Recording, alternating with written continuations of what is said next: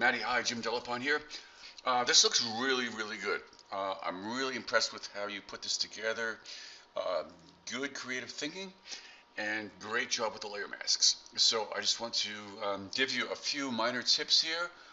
So what I'm going to do is select the background layer and fill it with black. So as I proceed, I'll do a few shortcuts here that may help. So note that if I press the letter D, I have black as the foreground color, white is the background color. If I hit X, it will swap it. Okay. So if I want to, I'm going to zoom into this head area here. And I'm actually going to select the background and fill it with black.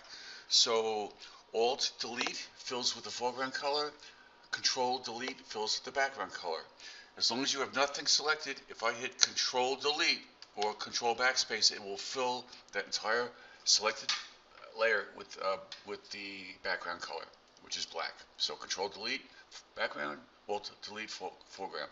So I noticed there's some stair stepping in here around the monitor head. Whoops. I accidentally. Okay, so I'm going to zoom in, and there's a little faux pas here. It's okay. So what you're going to do is select that layer. So another trick here, with the move tool active and auto select checked, click on the image or any image, it will go right to that layer. Okay, if I select this image, it'll go right to that layer. So that's a quick way of finding out what layer it's on if you don't have it renamed. Okay, so again, I'll just zoom in, spacebar, control gives you access to the zoom tool. So if I click once, it'll zoom in once, okay, or a certain percentage.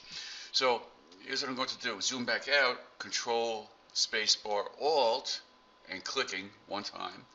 All right. So I want to get rid of that stair stepping. So with the layer mask active, black is my foreground color, and if I go to my brush tool right here, all right, make sure that you're at 100% hardness. That's very important. You don't want to get a blurry edge. All right, this is the size of my brush. That circle here. If you have the caps lock key on, you'll get that. You don't want that. So caps lock key off, you'll get the actual size of the brush. So if you want to get it larger, hit the right bracket key in your keyboard to increase the brush size, the left bracket key in your keyboard to decrease the brush size. All right, so I'm going to once again with the let me just hide some take advantage of my screen real estate here. So with the layer mask active, I'm going to hit now F7 to hide that.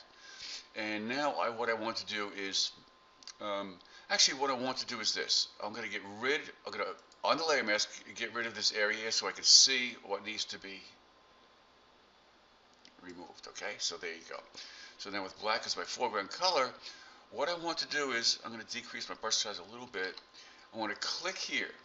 Okay, click, and I'm looking at the edge of my circle, and then hold down the Shift key, and click, and click, and click. I'm looking at the edge, so I'm just trying to silhouette this monitor here and get rid of the white background. So I'm covering it up on the layer mask now. So I'm masking it out. So Shift click, Shift click. All right. So Shift clicking creates a straight line. So it's ideal for something like this. So Shift clicking, Shift clicking. Then if you have a tiny little circle, you may have to do it. If you make a mistake, for example, just undo it, Control Z. If you want to undo it again, Control Alt Z Z Z. Okay, that goes back, back, back. Control Shift Z Z Z goes forward, forward, forward.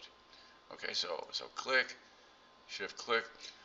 Okay, and there you go. So now I can fill in the rest of this area. So click, Shift, click.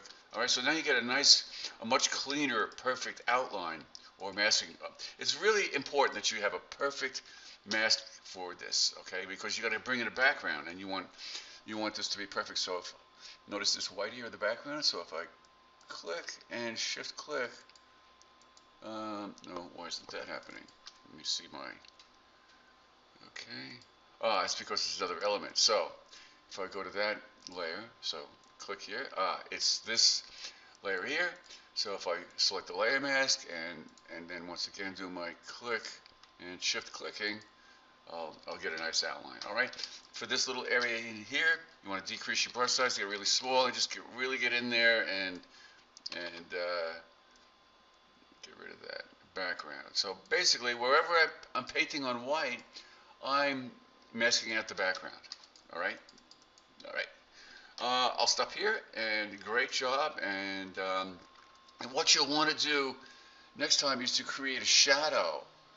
I'm going to show you that right now. All right, so a shadow where this would basically visually attach this leg here to this torso, for lack of a better word. So let me just hit Control 0 to zoom back out.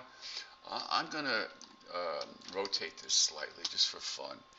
All right, so I just hit Control T, all right, for this layer here, layer 7. And I'm going to move the center point. I'm going to click and drag it up here. So now when I rotate it, it will rotate around that center point.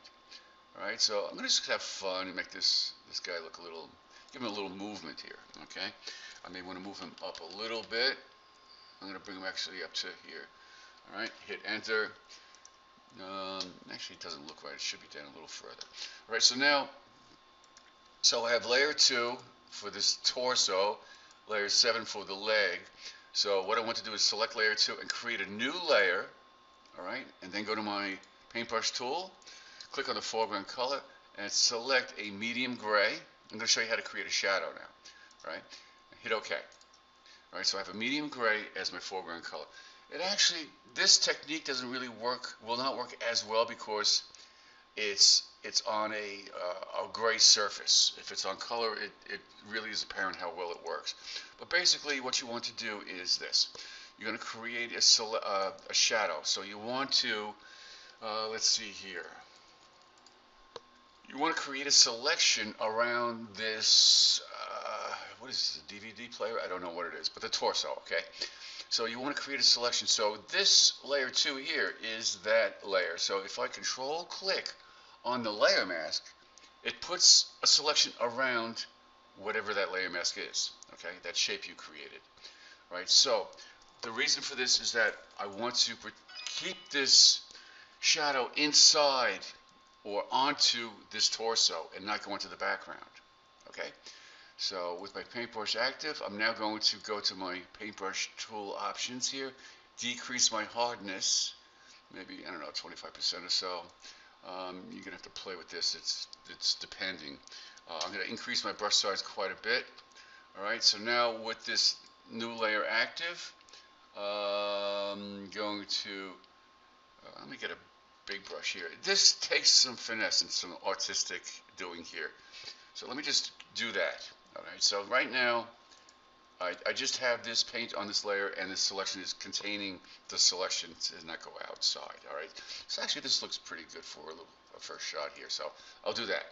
All right, so now what I want to do is I want to, like when something touches a surface, the shadow that falls away from it, it's harsh, or it's harder edged where it touches the surface, and then as it goes further away from where it touches the surface, it gets blurrier or fuzzier. Okay, so what I'll do is I'll create a layer mask for this. All right, so I'm creating a layer mask for this layer, whoops, by clicking that.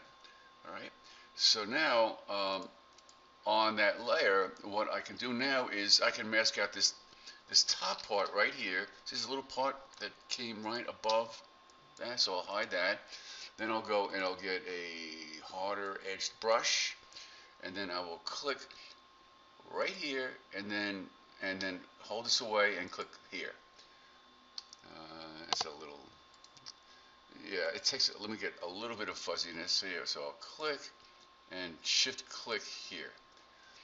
All right, so you see what I'm doing here? I'm angling it away, so as it falls away, it dissipates. All right, so now any shadow that you create, you should put that into multiply mode. All right, so that's a true shadow. Multiply mode will increase the contrast of the underlying pixels. So I can also have control, since it's on its own layer, I can decrease my opacity. All right, so there you go. I mean, you could have more fun with this. You can create another layer here, and just on top of that, and I can actually let me just leave that as is. I'll go back and I'll get a soft brush here, and I can now just click. I can darken it. Let me see here. Let me see. New layer, multiply. All right. I can darken that a little bit, because as when something touches the surface, it's darkest there. And I kind of like I should have. Let me just undo that.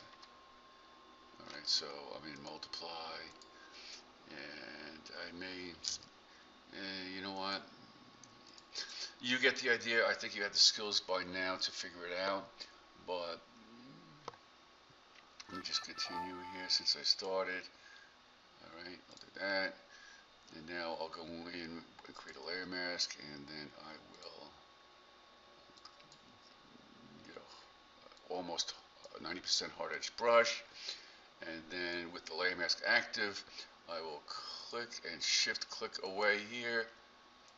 I kind of open up a can of worms myself here. It's, I mean, you get the idea, but I think I'm getting a little. You can also control the intensity of the brush by decreasing the opacity of not the layer, but the actual paintbrush itself, so you can kind of eat away at those pixels. And so let me go back to 0% hardness. All right, so now it's a very soft edge brush. Increase my brush, and then just click. I can click away and click.